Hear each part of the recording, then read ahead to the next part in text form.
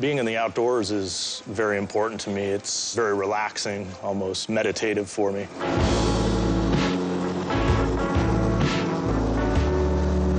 Sometimes I think about fighting while I'm riding around on the mower and just visualizing how I want fights to go, how I want to take people out.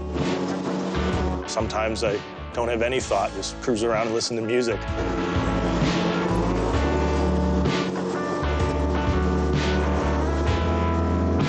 He loves it. His other thing that he absolutely loves is metal detecting.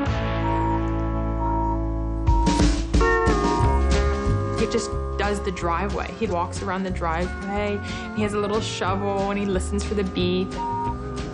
Found something, dude. There's something here. There's all kinds of stuff right here, buddy. What's that? Is that treasure? Look at that. 2 pennies, 1 spot. We're making out big time. I've always had this weird fascination with finding gold. Just finding treasure is exciting to me. It's a way we can spend some quality time together, and you never know. Just might get rich. He comes in and shows me that he found like 7 cents on the driveway, and he's ecstatic that he's found 7 cents. You would think some of them guys are like brawlers and they wouldn't have that real sensitive side, but Tim is very sensitive. He loves his children and he loves my daughter, and it's pretty incredible to see. What do you find? Gold. Gold? I grew up in a small town called Lincolnville, Maine. I grew up doing a lot of hunting and fishing, mostly rifle hunting for white-tailed deer. My older brother was pretty much my hero, and seeing him wrestle, that was something I knew that I was going to do as soon as I could. I started wrestling when I was about 6 years old. I was 147-7 as a high school wrestler and won 4 state titles.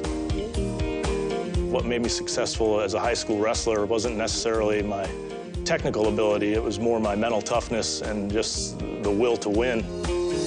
And I think that carries over to my fighting game today. I attended Lock Haven University on a wrestling scholarship.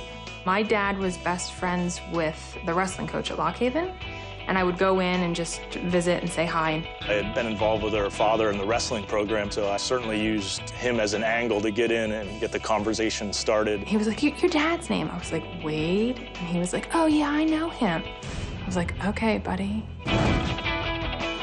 Went out on our first date and everything clicked, and been happily married for 8 years now. Right out of college, I used my criminal justice degree from Lock Haven University, and I got a social working job working with adolescent youth with behavioral problems, but felt there was something missing. My college roommate, Mike Sesnalevich, called me up out of the blue, and he said, hey, you want to come out and do a couple fights this weekend? He just said to me one day, I think I'm gonna fly to Iowa this weekend and fight some guys. I said, what? He fought 2 fights that weekend, and he won them both. And when he came home, you could just see the difference in him. I knew that I'd found my calling. Boach won his first 6 fights, all by KO or submission. Then I had a fight against Vladimir Matyashenko, who at the time was ranked in the top 10 in the world, and I took that fight on 3 days' notice. And gave him a heck of a fight. That's the one that put me on the radar. Just 16 months after turning pro, Tim made his UFC debut. 6-1 in his mixed martial arts career, Tim Boach. I took the David Heath fight on 10 days' notice. 10 days later, I was in Vegas fighting at Mandalay Bay. Oh, nice. Good straight kick. And again. I'm telling you, man. Boach seems very solid. And very relaxed. Oh, and he literally throws it on the ground. And it is all over. Tim Boach Wins his UFC debut. I TKO'd David Heath right at the end of the first round after throwing him on his head. That's one of the most famous throws in the UFC to date. He texted me when he got in the back, and he said, how awesome was that?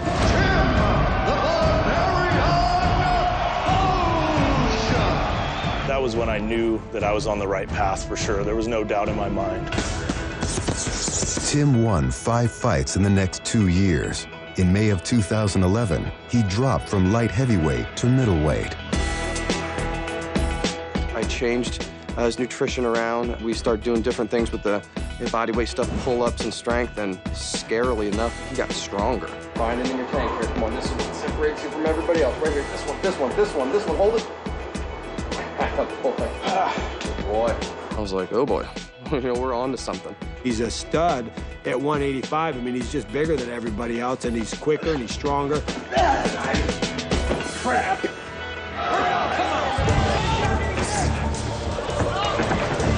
Look at him, he's muscling Grove around here early in the fight. I really wanted to eliminate his reach advantage altogether, and there's no better way of doing that than putting the guy on his back.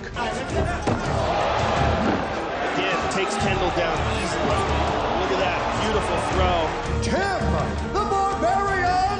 No surprise, dominant performance in his middleweight debut. Are you ready?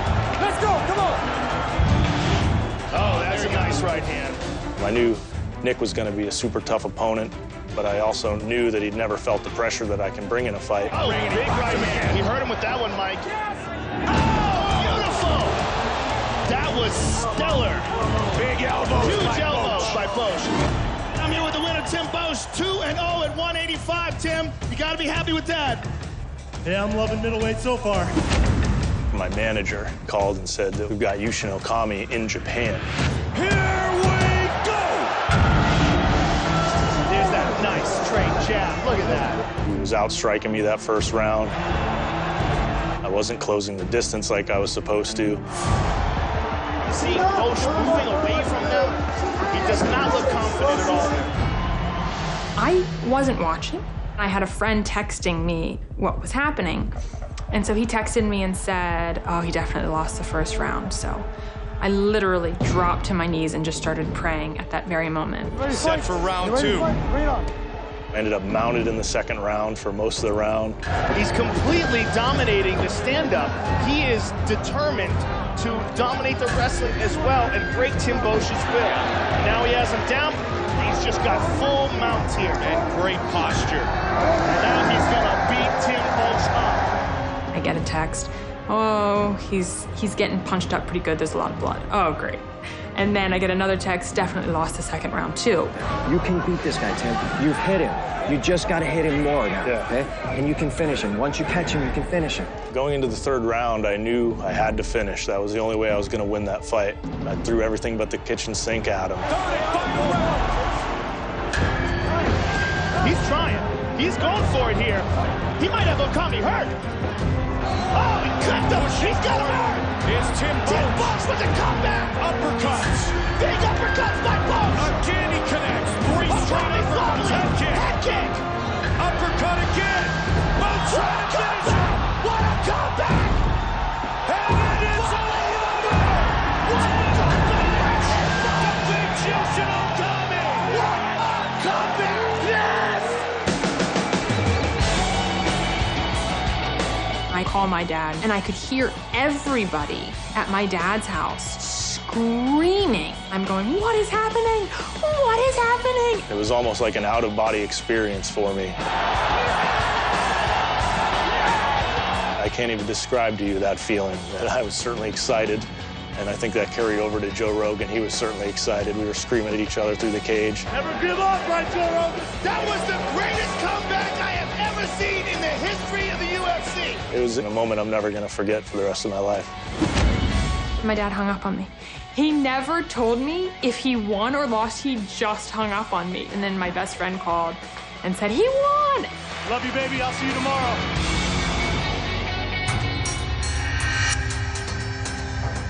That was the #1 fight of my career, and certainly boosted me into the top 10 in the world. That was absolutely outstanding. He went for broke, he put it on the line, and he pulled it off. I feel like this is my time. This is my opportunity to make a run at the title. That's my goal. I want to be UFC champion. I'm willing to do whatever it takes to get there, and I'm willing to beat whoever they put in front of me.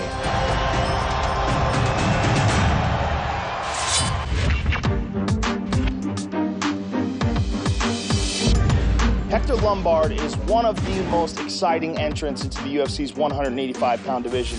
While Tim Boetsch needed just 16 months of MMA training to reach the UFC,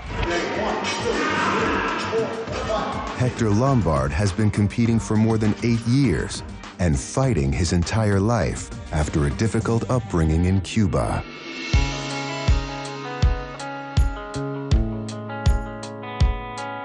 Very poor, hard to eat and stuff. You can't have a normal life if you are a normal person. You need to be the best musician over there. You have to be the best athlete over there. That way you can have a better life. From childhood, Hector was an elite athlete, earning himself a spot in the state-run junior program. You stay there for weeks, and your parents come and visit you, and then they leave, and you stay there. You have a school, you have teachers, and you do a sport. That's the only thing you do. From there, if you're good enough, you go to the national junior schools.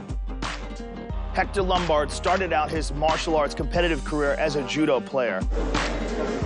I like winning belts and go to the black belt and look cool and stuff like that. It was like something special for me. Hector was a member of the Cuban Olympic judo team, competed internationally, won many, many gold medals. Hector represented Cuba at the 2000 Olympics in Sydney and stayed in the country, marrying an Australian woman and having a son.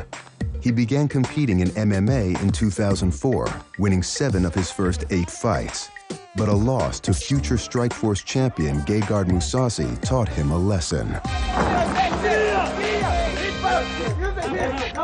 When I competed in Japan, I was fighting with the best. And I'm like, wow, these guys, they have the best training facilities, and they have the best trainers and the full-time athletes. I realized that I could do better.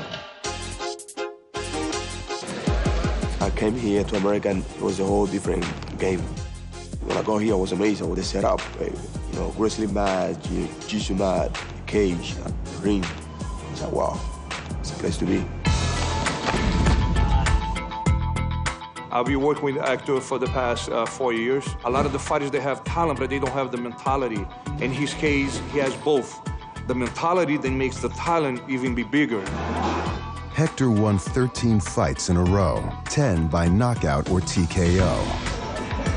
In 2009, he won the inaugural Bellator middleweight tournament, taking out Jared Hess in the final. He didn't want to stand up with me. He said, okay, you know, we're gonna take it to the floor, we go.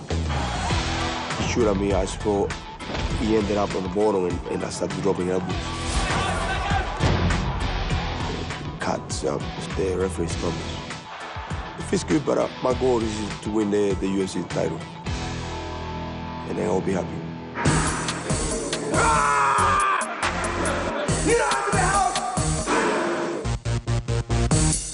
Hector still hasn't lost since falling to Mousasi in Japan.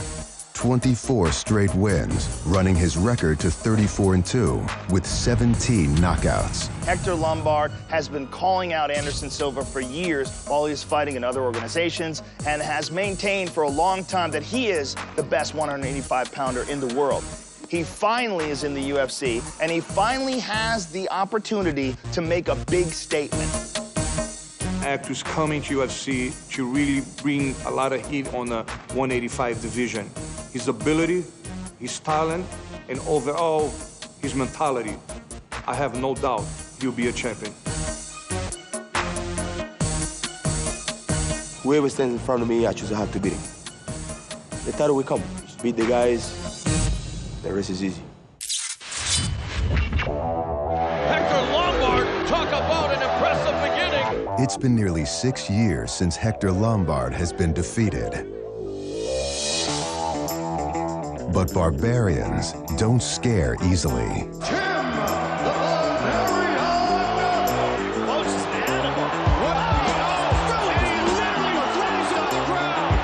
Hector's got a very impressive win streak going, and I'm very much looking forward to ending that win streak for him. Hector Lombard has been a champion in other organizations, but the reality is he has not fought the level of competition that's available in the UFC before. Will he look spectacular against spectacular competition? Hector and I make for a very exciting fight. We're both going to meet in the middle of the cage, and we're going to sort some things out there, and the fans are certainly going to get a great show. Good body kick right there. Tim Bosch is for real, man. Yeah.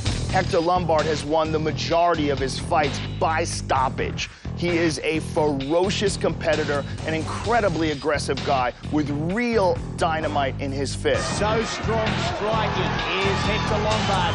And look at him showing freedom with the glove. It's all technique. There's a lot of guys out there that are really strong and they can KO anyone. It's all about accuracy and hitting in the right place, and the guy will go down.